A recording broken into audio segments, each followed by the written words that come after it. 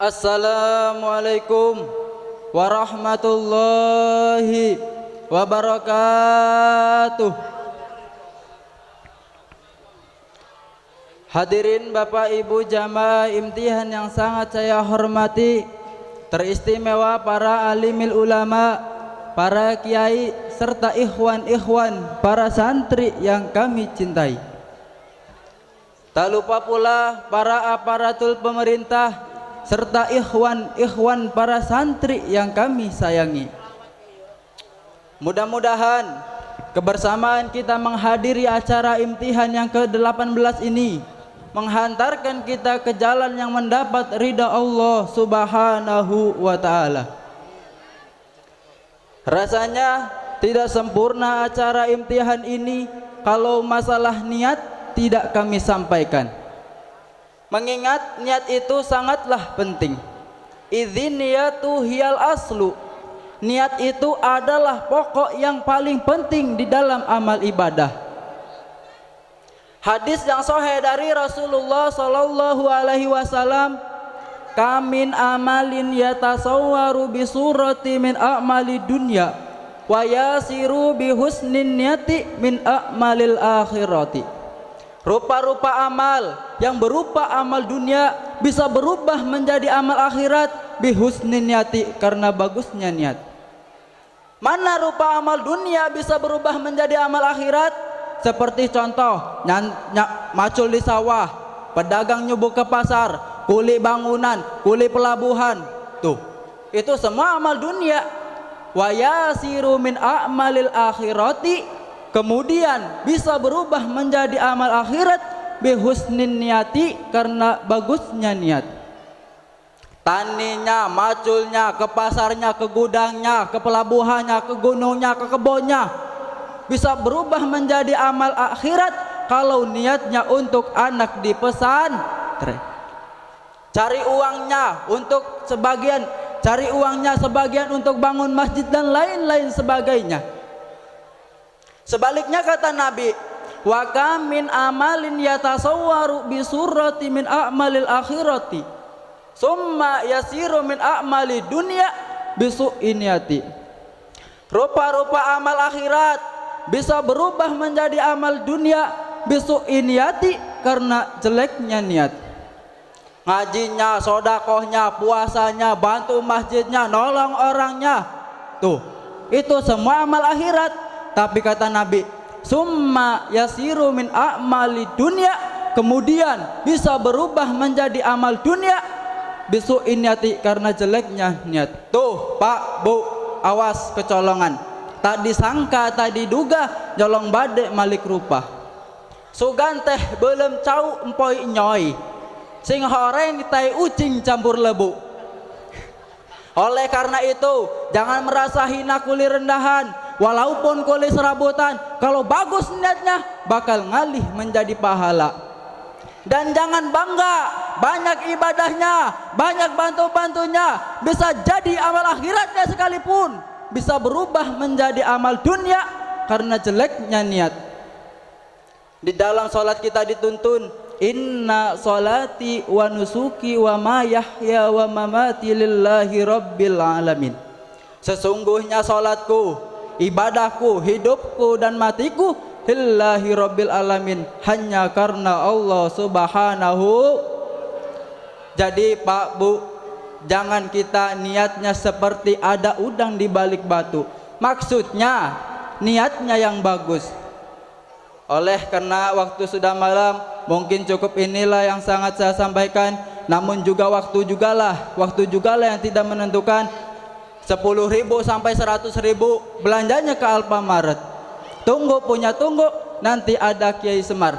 Wassalamualaikum warahmatullahi wabarakatuh. Waalaikumsalam warahmatullahi wabarakatuh. Assalamualaikum warahmatullahi wabarakatuh.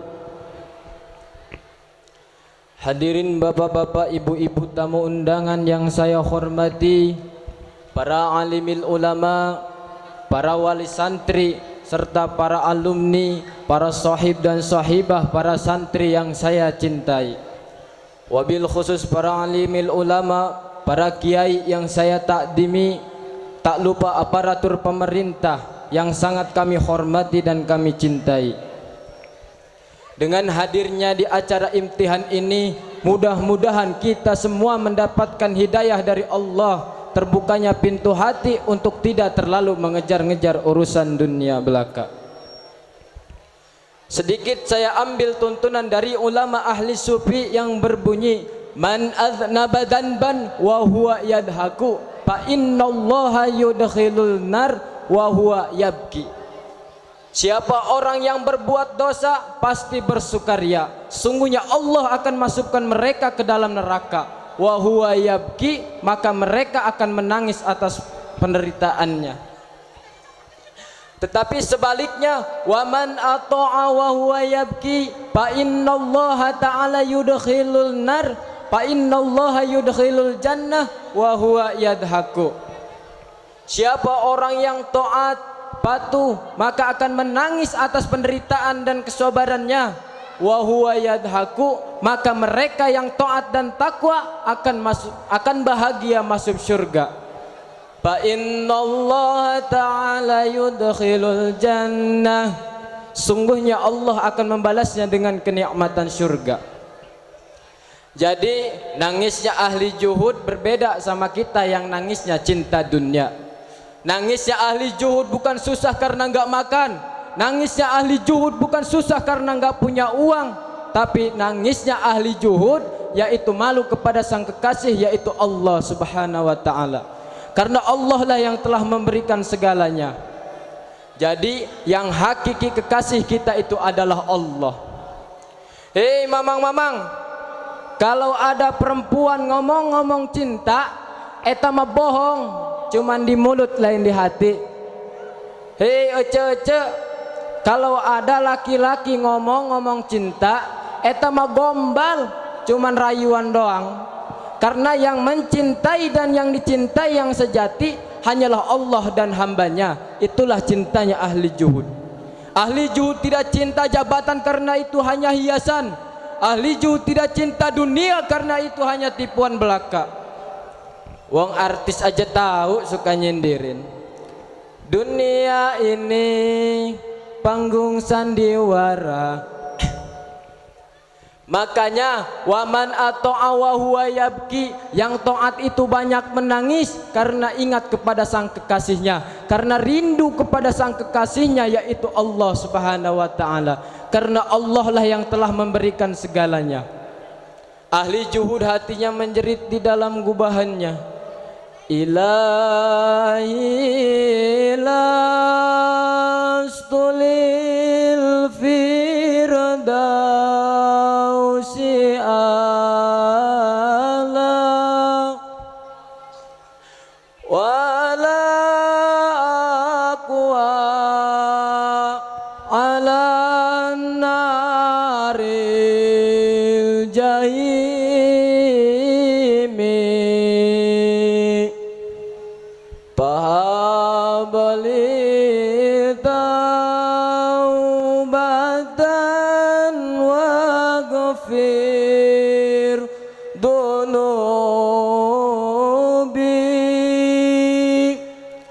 fa innaka ghafirud dambir adimi. Oh Tuhan, bukanlah aku ahli syurga, tapi aku tak kuat akan neraka jahim. Terimalah tobat dan ampunan kami. Engkau Maha pengampun dosa yang agung. Artinya ke surga nggak mau, ke neraka nggak kuat, karena yang dituju hanyalah Allah. Contohnya sama seperti kita punya pacar Hindun, suruh tinggal di rumah yang mewah Hindun nggak mau, ditinggalin juga sama Hindun nggak kuat, karena yang dituju ingin bersama Hindun selalu. Jadi ahli juhud pun yang dicari hanyalah keridhaan ilahi. Mungkin karena waktu sudah malam, hanya ini saja yang bisa saya sampaikan, kurang lebihnya saya mohon maaf. Akhiru kalam wabillahi taufiq wal hidayah. Wassalamualaikum warahmatullahi wabarakatuh. Waalaikumsalam warahmatullahi.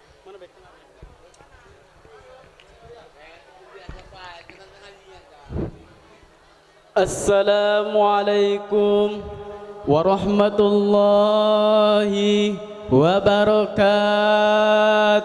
Waalaikumsalam warahmatullahi wabarakatuh. Hadratul mukarramun, para alimil ulama, para tamu undangan, para wali santri, serta para alumni yang kami hormati. Teristimewa aparatul pemerintah, baik atasan maupun bawahan, semoga kehadirannya menjadi wasilah panjang umur, amin. Sehat keluarga, amin. Dan dicatat oleh Allah menjadi ahli surga, amin amin ya robbal. Pada kesempatan imtihan yang ke-18 ini, saya akan menyampaikan masalah berdiri di dalam membaca sholawat yang sudah biasa kita kerjakan walaupun cuman ikutan. Betul? Tuh, tadi kan berdiri baca sholawat. Berdiri di dalam sholawat adalah mengagungkan, niat mengagungkan, seperti penaikan sang merah putih. Itu mengagungkan para pahlawan. Kita sekarang tinggal enaknya cari keuntungan, cari kesenangan masing-masing, tidak perang angkat senjata lagi. Betul? Begitu juga baca sholawat, berdiri itu mengagungkan baginda Nabi. Ada riwayat diceritakan bahwa Rasulullah pada suatu ketika Rasul sedang duduk-duduk dengan orang-orang suku Baduy, yaitu orang-orang pedalaman bangsa Arab. Kemudian datanglah seorang kepala kabilah dari suku Aus namanya Sa'ad bin Mu'adz. Orang-orang Baduy itu duduk-duduk saja, tidak berdiri untuk menghormati dan menyambutnya. Maka Nabi berkata, "Kumu ila sayyidikum," berdirilah kamu untuk menghormati pemimpinmu. Maka sekarang pun kalau pemimpin kita datang, mestinya, harusnya kita berdiri untuk menghormati pemimpin kita. Berdiri itu memuliakan, karena itu perintah dari sang baginda Nabi. Walhasil, berdiri di dalam sholawat salah satu dari mengagungkan Rasulullah. Karena ulama-ulama salaf meyakinkan ketika bersolawat baginda Nabi itu datang. Imam Al-Bushiri bersyair, "Da'mada'atu nasaram fi nabiyihim wa kum bima sitapihi madhan wa takimi maulaya sholih salim daiman abada ala habibika khairil khalqil kullihimi wansubilladatihi masita min sarofin wansubila qadrihi masita min idomin maulaya sholih salim daiman abada ala habibika khairil khalqil kullihimi. Da'mada'atu nasoro fi nabiyihim, sebutlah penghormatan apa yang engkau sukai di dalam memuji Nabi. wansub ila dati masih tak min sarofin, kerjakan apa yang engkau sukai di dalam memuji Nabi. Jadi apa saja, baik perbuatan ataupun sebutan-sebutan yang tujuannya mengagukan baginda Nabi, di dalam syariat Islam itu boleh, titik, jangan pakai koma lagi. Yang tidak boleh itu kalau sampai mengtuhankannya. Imam Al-Bushiri adalah ulama tanpa tanding pada zamannya. Bait-bait syairnya hampir semuanya memuji Nabi. Sampai sekarang, baik di kampung ataupun di kota, baik orang miskin ataupun orang kaya, hampir menyeluruh ke pelosok Nusantara ketika bersolawat itu berdiri. Yang menurut hukum syariat Islam terpopuler dan termasyhur adalah berdiri di dalam bersolawat adalah mengagungkan baginda Nabi. Inilah ikutan ulama ahlus sunnah wal jamaah. Yang tidak percaya itu mah mengikuti pendapatnya sendiri. Biarlah itu mereka, kalau kita harus ada tuntunannya. Semoga kita tidak ada kemang-mangan lagi untuk mengamalkan amalan ulama yang dibatal-batilkan oleh sebagian ulama yang tidak masyhur keilmuannya. Mungkin hanya ini saja yang dapat saya sampaikan, karena waktu jugalah yang tidak mengizinkan. Wabillahi taufik wal hidayah. Wassalamualaikum warahmatullahi wabarakatuh. Assalamualaikum warahmatullahi wabarakatuh. Hadirin para tamu undangan, hadirin para tamu undangan, para wali santri, para alumni, serta rekan-rekan santri yang sangat saya cintai. Wabil khusus para alimil ulama, para kiai, dan tak lupa pula para aparatur pemerintah yang hadir dalam acara imtihan santri yang ke-18 ini. Mudah-mudahan mendapatkan syafaat, pertolongan dunia dan akhirat, wasilahnya duduk dengan para alimil ulama karena memuliakan ilmunya. Amin ya rabbal alamin. Yang dekat dengan kiai insya Allah masuk surga. Ya contohnya stiker aja yang nempel di mobil kebawa sama mobil. Betul? Betul. Bapak-bapak, ibu-ibu kalau nempelnya sama kiai, ya kebawa sama kiai.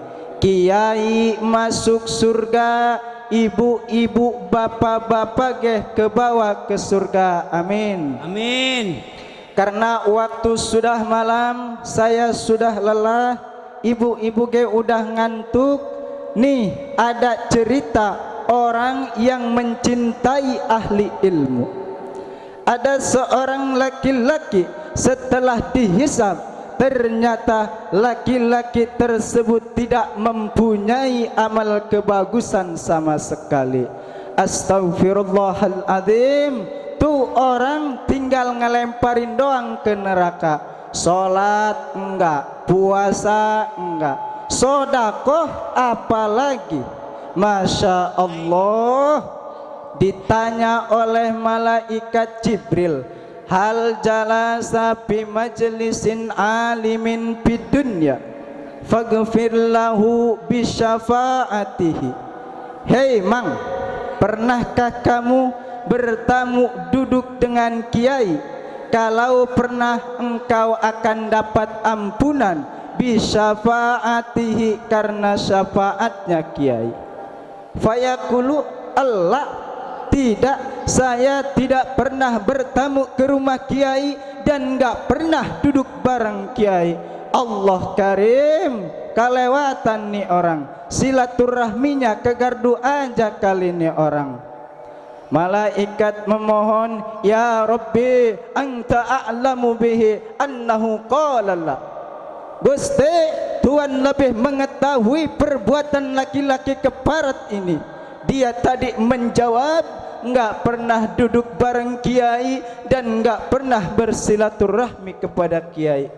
Kata Allah, coba kamu tanya lagi, siapa tahu dia senang sama kiai. Jibril nanya lagi, hei tolol, hal ahabbu aliman, apakah kamu senang sama kiai? Fayaqulu Allah, tidak, saya mah biasa-biasa aja, enggak senang-senang amat sama kiai. Tolol loh, enggak punya adab, borok-borok mau bantuin kiai, yang ada kamu benci sama kiai. Allah Karim, alamat kamu bakal diadab di neraka. Malaikat pasrah, ya Rabbi anta a'lamu bihi, Gusti Tuhan lebih mengetahui perbuatan laki-laki ini yang tidak mempunyai amal kebagusan sama sekali. Coba kamu tanya lagi, siapa tahu dia senang sama kiai. Jibril nanya lagi, hal jalasa alama iddatin alim, hei tolol goblok, coba kamu jawab, pernahkah kamu makan bareng sama kiai? Fayaqulu Allah, apalagi makan bareng sama kiai, saya enggak pernah sama sekali. Waduh, berarti kamu cuma hardolin aja. Tahu Pak Bo hardolin? Dahar, modal, jeung ulin. Nasi sudah menjadi bubur, alamat kamu bakal masuk ke neraka. Laki-laki itu menangis sambil berkata, aku dulu cuma pernah berkawan sama santri. Mendengar ada jawaban, malaikat lalu berkata, ya Rob, ku dengar dia tadi pernah bersahabat dengan ahli ilmu. Kata Allah, khud biyadihi wa adkhilhu bil jannati. Hei malaikat, engkau pegang tangannya, tuntun dia, masukkan dia ke dalam surgaku, karena syafaatnya mencintai ahli ilmu. Tuh Pak Bu, itu tadi cerita orang yang mencintai ahli ilmu. Baru senang aja udah dimasukkan ke surga. Untuk itu mudah-mudahan kita juga menjadi ahli surga, karena wasilahnya dekat dengan para santri dan sering bersilaturahmi kepada kiai. Karena waktu sudah malam, cukup sekian dari saya. Wabillahi taufiq wal hidayah. Wassalamualaikum warahmatullahi wabarakatuh.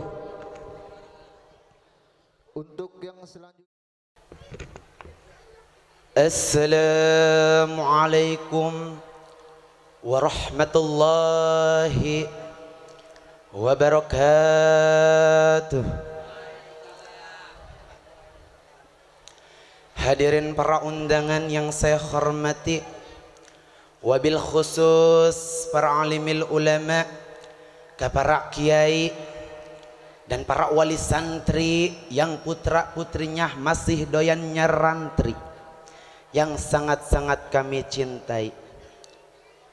Mudah-mudahan anak-anaknya pada jadi kiai, amin Bu, dan putri-putrinya pada jadi bu nyai, amin ya rabbal alamin. Di malam yang penuh hasanah ini, semoga kita mendapat dorongan sedikit agar punya prinsip lebih baik kita memberi daripada kita meminta, atau lebih baik tangan di atas daripada tangan di bawah.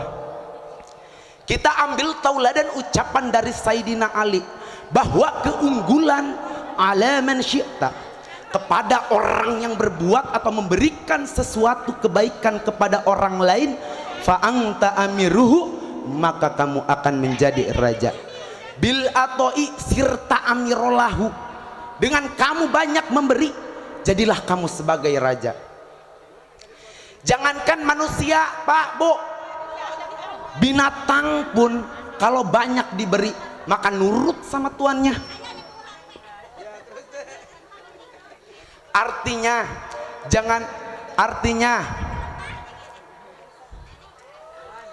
Artinya mari kita banyak memberi, karena banyak memberi itu akan diangkat derajatnya, maka kita akan dihormati bagaikan raja.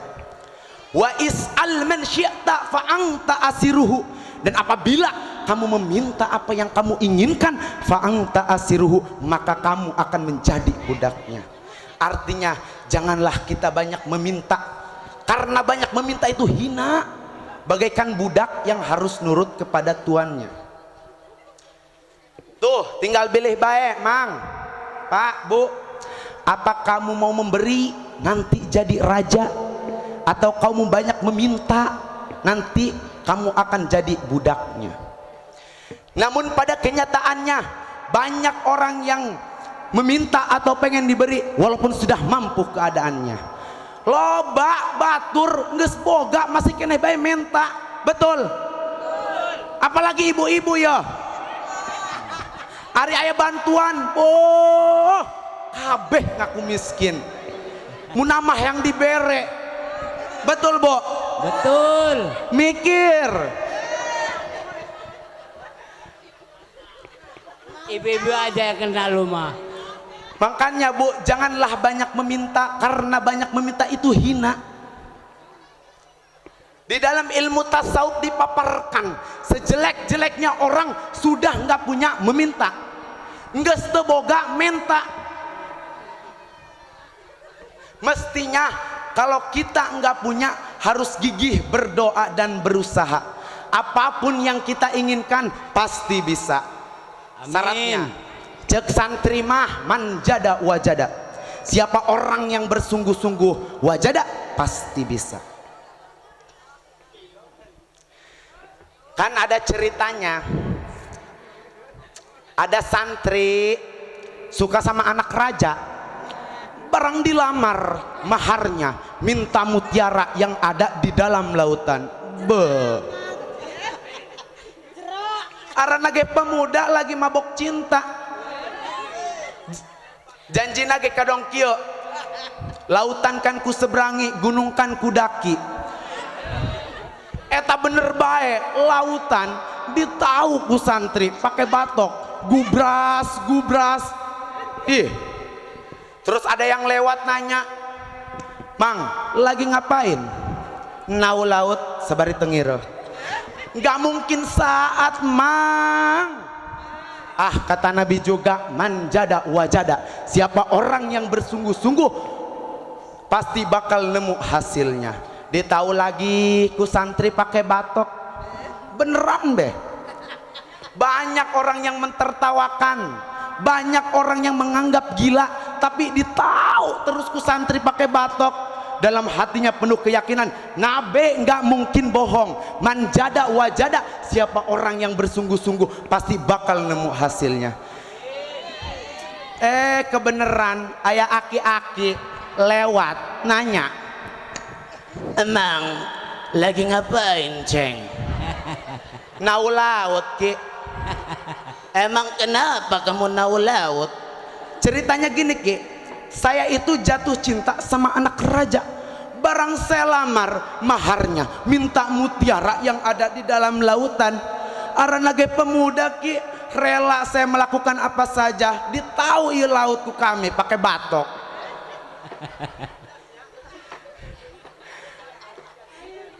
Emang saat gitu, Ki, cek Nabi ge, manjada wajada, siapa orang yang bersungguh-sungguh wajada pasti bakal nemu hasilnya. Amin. Lama berbincang, ternyata aki-aki itu adalah Nabi Khidir alaihi salam. Dipanggilah Raja Jin, penguasa kerajaan laut.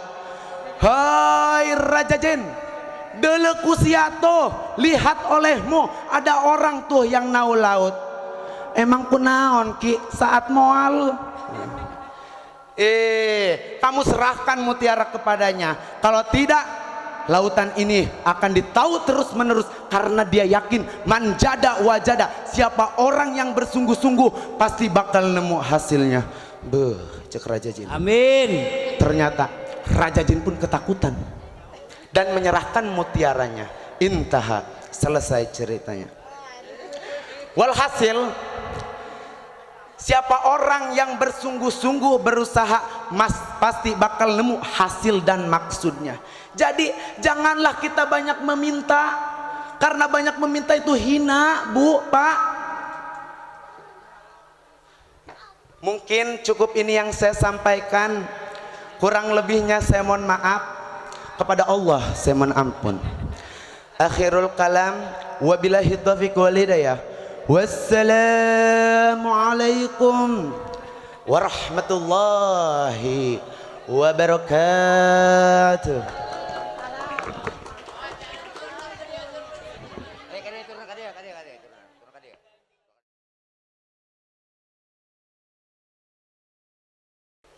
Assalamualaikum warahmatullahi wabarakatuh. Yang saya hormati hadirin para undangan, bapak-bapak, ibu-ibu jamaah imtihan, wabil khusus kepada para alimil ulama, para guru ngaji, serta ikhwan-ikhwan santri dan seluruh alumni pondok ini yang sangat saya cintai. Yang sangat kami hormati kepada seluruh aparatur pemerintahan, baik atasan ataupun bawahan, sipil dan militer. Mudah-mudahan dengan adanya acara imtihan pada malam ini yang menghadiri diberikan suatu hidayah, amin. Diberikan kebarokahan, amin. Amin amin ya rabbal alamin. Hadirin jamaah imtihan, karena waktu sudah malam, ada baiknya saya langsung saja. Saya akan menyampaikan tentang barokah. Karena pada zaman sekarang banyak orang yang tidak percaya dengan adanya barokah, terutama di kalangan intelektual dan juga masyarakat awam yang jauh dari ilmu ulama. Betul? Padahal semestinya orang Islam, baik jenderal ataupun kopral, baik masyarakat ataupun pejabat, harus mengejar yang namanya barokah. Ini mah kebalik. Hadis dan makna Al-Quran ditinggalkan, sedangkan mantranya paranormal lebih didengarkan. Tuh kan, blow on. Di dalam syariat Islam, barokah adalah subutul khairi ilahi fi sayin, yaitu adanya kebaikan Allah di dalam suatu perkara. Berarti orang yang cari barokah yaitu orang yang cari kebaikan Allah. Betul? Betul nggak? Di dalam hadis Bukhari Muslim juga diterangkan, yakti kubaan kula sabtin masian aurokiban payusolli fihi rok'ataini. Setiap hari Sabtu Nabi selalu mengunjungi Masjid Kuba. Masian, kadang jalan kaki, aurokiban, kadang juga naik kendaraan. Lalu mau apa Nabi ke Masjid Kuba? Payusolli fihi rok'ataini, Nabi sholat 2 rakaat untuk mendapatkan kebarokahan. Itu rutin dikerjakan oleh Nabi setiap hari Sabtu, karena Masjid Kuba adalah masjid pertama yang dibangun oleh Nabi di kota Madinah. Di dalam kitab Sipa juga dijelaskan, Jenderal Khalid bin Walid selalu mengantongi rambut Nabi ketika ingin berperang. Beliau selalu menang dalam peperangan dan mendapatkan kebarokahan. Ketika berperang di daerah Yamamah, rompi sang jenderal lepas di tengah-tengah musuh. Namun dengan tidak memperdulikan bahaya, sang jenderal maju sendirian untuk mengambil rompi tersebut di tengah-tengah musuh. Kemudian setelah selesai perang, beliau ditegur oleh penasihatnya. Beliau pun menjawab, aku rela maju sendirian mati-matian untuk mengambil rompi, karena di dalam rompi tersebut ada rambut Nabi yang banyak barokahnya. Tuh kan, Nabi saja sama para sahabatnya masih mencari barokah, Pak, Bu, Denge. Pertanyaannya, kenapa orang zaman sekarang sudah tidak percaya dengan adanya barokah? Apakah ini memang kebodohannya atau sengaja ini adalah propaganda? Untuk itu marilah kita ikuti ulama. Al ulama warasatul anbiya. Ulama itu adalah warisannya para nabi. Mungkin hanya ini yang dapat saya sampaikan karena waktu sudah tidak mengizinkan. Akhirul kalam, wabillahi taufiq wal hidayah. Wassalamualaikum warahmatullahi wabarakatuh. Assalamualaikum warahmatullahi wabarakatuh. Waalaikumsalam warahmatullahi wabarakatuh. Hadratul mukarramun, para alimil ulama, para kiai, hadirin para undangan, wali santri, serta para alumni, ikhwan dan ikhwat para santri yang saya cintai. Untuk menyingkat waktu, baik di sini saya akan menyampaikan tentang pertanyaan baginda Rasul dan jawabannya. Baginda Rasul bertanya, kun fi dunya ka'annaka goribun au gobiru sabilin wa udda nafsaka min ahli kubur. Tahukah engkau keadaanmu hidup di alam dunia? Ka'annaka goribun, sesungguhnya keadaanmu hidup di alam dunia bagaikan orang yang hidup di perantauan. Artinya, cepat atau lambat, siang atau malam, suatu saat engkau pasti akan pulang. Pulangnya ahli dunia yaitu ke kuburan. Betul apa betul, Bu? Betul apa betul? Taltul aja, tapi temikir tuh. Pikirin buat bekal ke kuburan. Kata baginda Nabi, au gobiru sabilin, atau hidup kita di dunia ini diibaratkan bagaikan orang yang cuma lewat saja. Emang benar, Bu, kita mah cuma lewat saja. Akhirnya kita akan nyeblus ke kuburan. Waduh, semua yang kita cintai dan yang kita benci ditinggalkan begitu saja. Tidak ada barang-barang dunia yang kita bawa, baik emas, perak, intan, mutiara, mobil mewah, rumah megah, harta banyak, pangkat dan jabatan, semuanya sudah tidak ada guna lagi. Benar. Itu yang dikatakan Nabi, kita hidup di dunia saja. Ya namanya cuma kita hidup di dunia cuma lewat saja. Ya namanya cuma lewat, Bu. Ada yang ngunduh duren, ya kita nggak bawa duren. Ada yang jual duku, ya kita nggak bawa duku. Sekalipun kita pergi ke pasar, segala macam tek-tek bengek, barang-barang di pasar ayah, yang nggak ada yang dibawa. Namanya cuma lewat. Tuh, paling ada yang dibawa get cuma bengeknya doang. Waduh, bahaya lamun geus bengek mah. Oleh karena itu kata baginda Nabi, wa udda nafsaka min ahli kubur. Perhitungkanlah dirimu karena kamu akan menjadi ahli kubur. Kama qala penyair, orang kaya mati, orang miskin mati, raja mati, para rakyat semua pergi menghadapi dunia yang dicari, tak ada yang berarti. Dunia yang dicari, tak ada yang abadi. Lalu apa yang kita persiapkan jikalau sakaratul maut datang? Apa pula yang kita bawa jikalau kita dicabut nyawanya? No. Kalau bisa jangan mati kalau belum punya amal ibadah. Macem-macem. Betul. Sholat ora, poso ora, ngibodoh ora, malah mati. Nekat itu namanya. Berani bener mati duluan tapi nggak punya amal kebaikan. Tolol. Kiai yang amalnya banyak minta umur panjang. Oleh karena itu, marilah kita perhitungkan diri kita. Tapi Nabi tidak ngajarin tambah-tambahan. Nabi tidak ngajarin kurang-kurangan. Yang Nabi ajarkan ialah bagi-bagian. Bagian masjid berapa?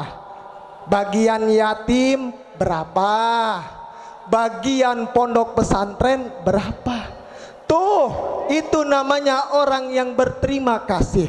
Nerima lalu dikasih, dikasih lalu dibagi. Orang yang seperti itu dipuja oleh manusia, lagi dipuji oleh Allah yang Maha Suci. Amin. Semuanya akan menjadi bekal dan akan menjadi bekal buat kekuburan nanti. Itulah dari saya, semoga menjadi seberkas sinar yang menerangi hati di kegelapan alam. Wallahu muafiq ila aqwamut thoriq. Summa assalamualaikum warahmatullahi wabarakatuh. Assalamualaikum warahmatullahi wabarakatuh. Hadaratul mukarramun, para alim ulama, para kiai, para asatidz, hadirin para undangan, para wali santri, para aparatur pemerintah, dan tak lupa pula kepada para alumni yang sangat saya cintai. Walaupun duduk sudah lelah dan gelisah, mata redup karena ngantuk, kita kuat-kuatin aja. Karena ini adalah salah satu perjuangan untuk syiar Islam. Semoga lelah dan ngantuknya kita akan dijadikan oleh Allah terhapusnya dosa-dosa kita. Amin ya Rabbal. Amin. Baiklah, langsung saja saya akan menerangkan tentang doa dan tawasul. Baginda Sayyidina wa Maulana Muhammad menjelaskan, ad-du'a'u silahul mu'min. Doa itu senjatanya orang mukmin. Jadi doa adalah senjata bagaikan pedang yang dapat melindungi kita dari musuh. Artinya doa dapat kita jadikan sebagai perisai untuk menolak malapetaka ataupun menolak perkara-perkara yang tidak kita inginkan. Seperti usaha yang gak ada hasilnya, dagang yang gak ada untungnya, rugi aja, ataupun jabatan yang digeser orang. Mungkin nih orang hanya gigih usaha dan usaha saja, berdoanya tidak. Ataupun rajin berdoanya tetapi ibadahnya kurang. Bapak Ibu hadirin rahimakumullah, supaya doa kita menjadi landep, mestinya kita harus bertawasul. Karena Nabi Adam alaihi salam pun saja berdoa pakai tawasul, menjual-jual nama baginda Sayyidina Muhammad sallallahu alaihi wasallam ketika bertaubat dari kesalahannya. Diterangkan di dalam kitab Riyadhus Shalihin, Abu Zakaria Muhyiddin An-Nawawi menjelaskan, Nabi Adam alaihi salam berkata di dalam munajatnya, "Ya Rabb, saya memohon ampunan bihaqqi Muhammadin, tidak akan diampuni dosa saya kalau bukan karena Muhammad." Kemudian Allah menjawab, "Ya Adam, kaifa arrafta Muhammad walam akhluqhu?" Wahai Adam, dari mana kamu tahu kepada Muhammad walam akhluqhu, sedangkan aku belum menciptakannya? Kata Nabi Adam, "Ya Rabb, ketika engkau ciptakan aku, rafa'tu ra'si, aku melihat ke atas, fara'aitu ala qaimil arsy maktuban la ilaha illallah Muhammadur Rasulullah." Maka aku melihat di atas tiang-tiang aras tulisan lafaz la ilaha illallah Muhammadur Rasulullah. Tuh, Nabi Adam saja berdoa. Tidak saja berdoa, akan tetapi juga bertawasul. Oleh karenanya kita harus bertawasul atau tawasulan. Allah Subhanahu wa taala juga berjanji di dalam Al-Qur'an, "Ud'uni astajib lakum." Mintalah kamu kepadaku, niscaya akan aku beri. Jadi siapa orang yang berdoa pasti dikabulnya. Ada sebuah cerita di tanah Baghdad. Pada zaman awal Islam, ada seorang ulama bernama Ibrahim bin Adham lewat ke pasar. Kemudian ulama tersebut pun dikejar-kejar oleh orang dan dikerumuni oleh pedagang. Mereka bertanya tentang ayat Al-Quran, ud'uni astajib lakum. Kapan orang berdoa pasti dikabulnya. Kemudian mereka bertanya kepada ulama, wahai ulama, kok saya selalu berdoa hutang malah ngegedean? Ada juga yang bertanya, wahai ulama, kok saya selalu berdoa dagangan saya malah seret nggak laku-laku? Dan ada juga yang bertanya, saya berdoa terus-terusan tapi penyakit saya kok malah kambuh-kambuhan. Kata mereka, berarti Al-Quran itu bohong. Berarti Al-Quran itu bohong. Kemudian ulama tadi menjawab, justru kalianlah yang bohong. Kalian Islam salat ditinggalkan, kalian dagang zakat tidak dikeluarkan, mestinya kalian bersyukur, tapi kenyataannya malah banyak yang kufur. Bagaimana doanya akan terkabul? Walaupun rajin salat tapi rajin juga berbuat maksiat. Walaupun kesalahan orang banyak dicari-cari, tapi kesalahan diri sendiri ditutup-tutupi. Bapak Ibu hadirin rahimakumullah, itulah penyebab doa-doa kita tertolak, mantul oleh dosa-dosa kita. Sebelum saya tutup ceramah ini, saya akan melantunkan sebuah syair. Wa qad yurja li sayfi burun wala burun lima jarahi nisyani.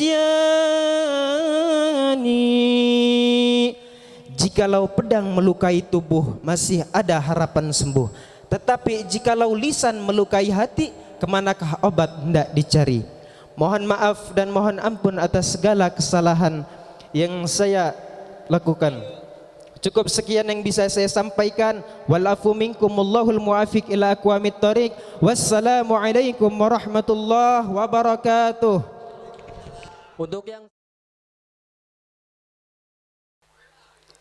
Assalamualaikum warahmatullahi wabarakatuh. Hadratul mukarramun, para alimil ulama, para kiai serta para waris santri, mudah-mudahan anak-anaknya pada jadi kiai, amin. Teristimewa para sohib dan sohibah para santri yang sangat saya cintai, mudah-mudahan hadirnya kita di pengajian ini menjadi asbab diterima iman kita, diterima Islam kita, diampuni semua dosa kita, dihapus semua kesalahan kita, ditutupi kecelaan kita, disehatkan jasad kita, serta diberikan umur yang barokah, di akhir hayat husnul khotimah, sehingga ketika kita sakaratul maut bagaikan orang yang ngantuk lalu tertidur tak terasa, kayak ibu-ibu ketiduran. Saya tidak akan basa-basi, tidak akan panjang lebar lagi, langsung saja saya akan menerangkan maut atau kematian. Di dalam Al-Quran diterangkan kullu nafsin dha'iqatul maut. Setiap-tiap perkara pasti ada matinya. Lampu hidup ada matinya, pohon hidup ada matinya, mobil, motor juga ada matinya. Kadang mobil mogok, motor dituntun-tuntun. Kenapa mang motornya dituntun? Mati mas, habis bensinnya. Nah, ini adalah bukti autentik kebenaran Al-Quran. Jadi kita yang masih hidup tidak bisa lari dari kematian, karena itu sebuah kepastian. Al-Quran berbicara, a'udzubillahi minasyaitonirrajim. Bismillahirrahmanirrahim. Fa idza jaa ajaluhum la yastakhiruna sa'atan wa la yastaqdimun. Maka ketika ajal datang tidak bisa dipaju-pajukan lagi, wala yastaqdimun, dan tidak bisa dipundur-pundurkan lagi. Jadi kita ini lagi dicari-cari si ajal. Ketemu di jalan, tabrakin, mati. Ketemu lagi naik, dijatuhin, mati kita. Ketemu lagi di air, tenggelamin, mati. Inna lillahi wa inna ilaihi rajiun. Maka kata Nabi, udhkuru hadimaladati, ingat-ingat olehmu akan ada yang memisahkanmu dari kenikmatan dunia. Apa itu ya Rasulullah? Kata Nabi, maut, maut, maut.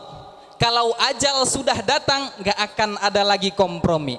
Mau jenderal atau kopral, mau pejabat atau rakyat, mati. Walaupun dukun sakti mandraguna, ketemu ajal ngelepek modar nonggeng baik.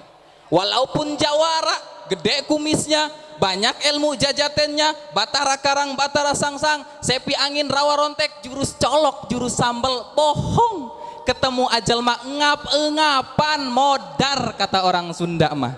Si ajal nggak ada toleransi dan kasih sayang lagi.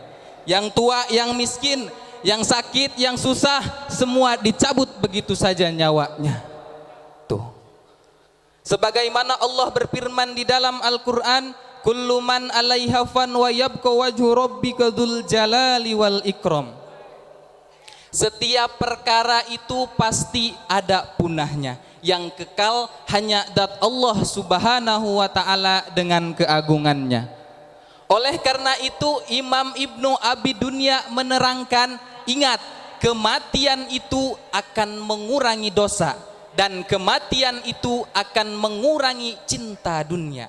Dan kematian itu jasrun yusilul habiba illal habibi, akan menjadi sebuah jembatan untuk mempertemukan kekasih dan yang dikasihinya.